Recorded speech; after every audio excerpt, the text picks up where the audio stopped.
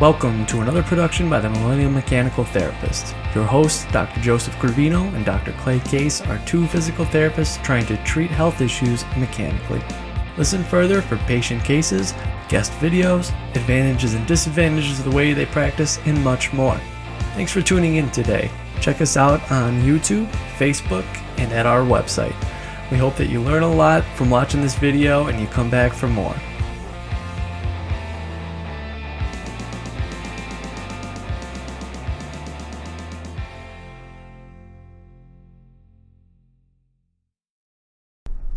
Hello everybody, I am the Millennial Mechanical Therapist, and today I'm going to be talking with you about why you should really use repeated movements or repeated movement exam in some way or shape or form in patients post-surgical.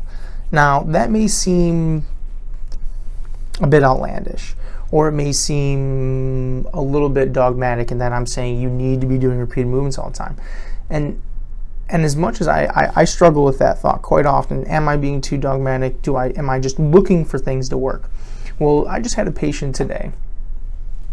Today was his day 2 follow-up, who had a surgery about 2 months ago. So obviously I'm not saying as soon as the patient comes out of surgery, day 2, day 3, post-op, should you be running the affected extremity, the affected body part, whatever it may be, through a repeated movement exam. Because we know just through stages of healings, end range, movements may not be warranted at that point in time. But what I am saying is if this patient comes to you like mine did to me, 2-3 months after he had femoral artery bypass, and subsequently within those couple months he started getting pain in both of his hips, numbness and tingling in one foot, and the physician or the surgeon told him that most of it was probably just due to a nerve that didn't have enough blood supply. Now the blood supply is coming back, so you're seeing neural regeneration, and said that the hip pain was most likely just due to the surgery itself because of the surgical site where they had to go in, etc. Now, all these things plausible, and going into this I expected to see nothing, but I really thought that this gentleman deserved a mechanical evaluation like I think everybody else does. And his signs and symptoms in better worse in section just seemed too familiar to me. There was intermittent pain, things made it worse, things made it better. So why not give it a shot? Bending made his numbness and tingling get worse. Sitting in one spot made his hips worse. Why would sitting make his hips worse if it was just through the surgical site? Walking produced hip pain greater on one side than it did on the other. Again, nowhere close to the surgical incisions nor the femoral artery. So why would this happen to him? So we went through a pre-movement exam. Needless to say, he had a severe loss of lumbar low back extension, a moderate loss in flexion, and a loss of right side gliding. And no left side gliding, and all reproduced similar hip pain than what he was experiencing. So why is he having this hip pain from the surgical site if these simple movements are bothering him and he has losses in this? My thought going into this right now is that he was told not to do a lot of stuff in the past 2 months since his surgery. Rightfully so. You had a femoral artery bypass. And progressively started getting these symptoms more and more. So probably it was due to the inactivity where this gentleman was highly active before he went into the surgery. So we went through some repeated movements, flexion-based movements, standing, sitting, and lying, all produced his hip pain and made his numbness worse, which in my mind, flexion and standing possibly could do that. We're pulling on nerves, we're pulling on arteries by doing that. Makes sense if surgery was the main reason for these symptoms, that would make it worse. But then when we went into sitting and lying, it only made the hip worse and none of the symptoms in the legs and none of the numbness and tingling. When we started doing extension and standing, the hips got worse, but the legs and numbness and tingling didn't. Then extension and lying abolished all of his pain and even decreased the amount of numbness that he had in his leg. This is crazy. And then when he walked out, he had no hip pain with walking. 3 days later, day 2, second evaluation, I see him. He says he's 25% better. He's had real little neural pain in his foot, still some numbness and tingling. Walking is still challenging, but farther. And he's still feeling some of the post-op pain.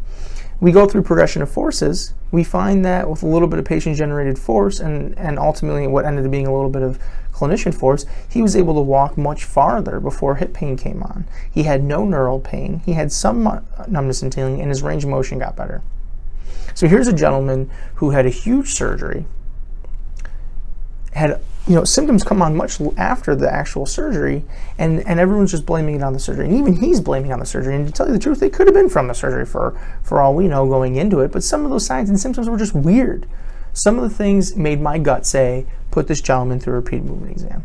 And because of that, he's going to be, some of these symptoms that he's having that aren't necessary for him to be having are going to go much quicker, just because he was a couple months out of surgery and I had confidence in putting him through, and even confidence in saying that the repeated movements, sustained postures didn't influence this, and maybe it was just the surgery, and let him go on with that and do more things to help his surgical situation get better. But instead, we put him through repeated movements. We looked at sustained postures, and this gentleman is going to lessen a lot of these symptoms that he's feeling simply because we gave him a chance and put him through a mechanical eval.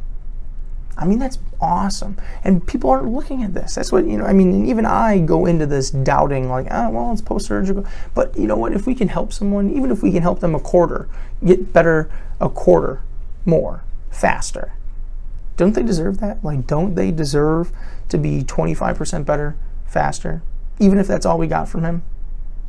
That's a question you have to ask yourself. But for me, the answer is yes. Even if it's just a quarter, that's better than nothing. My friends, this is part 1 of a 4-part series. We're going to look at post-surgical patients who respond to repeated movements, post-surgical patients that needed to be looked at with a mechanically sound mind and not just blown off as being post-op. Look at your patients, move your patients, and just let their movements speak to you. This is why the MDT system, to me, allows me to critically analyze everyone. And I'm going a little bit longer than I want, but this is why MDT allows me to think critically, to go through, because it gives me the ability, the system gives me the ability to be confident in moving this individual, and even confident in saying that, it's not that it's an other, that it's just post-surgical, that's not just post-surgical. There's multiple things that we're balancing here. See you at part 2. I hope you enjoyed this. I hope you move your patients, and look at the next patient that comes in a couple months post-op that hasn't been to PT and just say, I'm going to move him. I'm going to move him. Why not? Move your patients early, my friends. Move them often, and move them till end range. I hope you enjoyed this, and I hope that you're going to move your patients and hopefully see some good results from it. Have a good day, and keep working. Until next time, friends.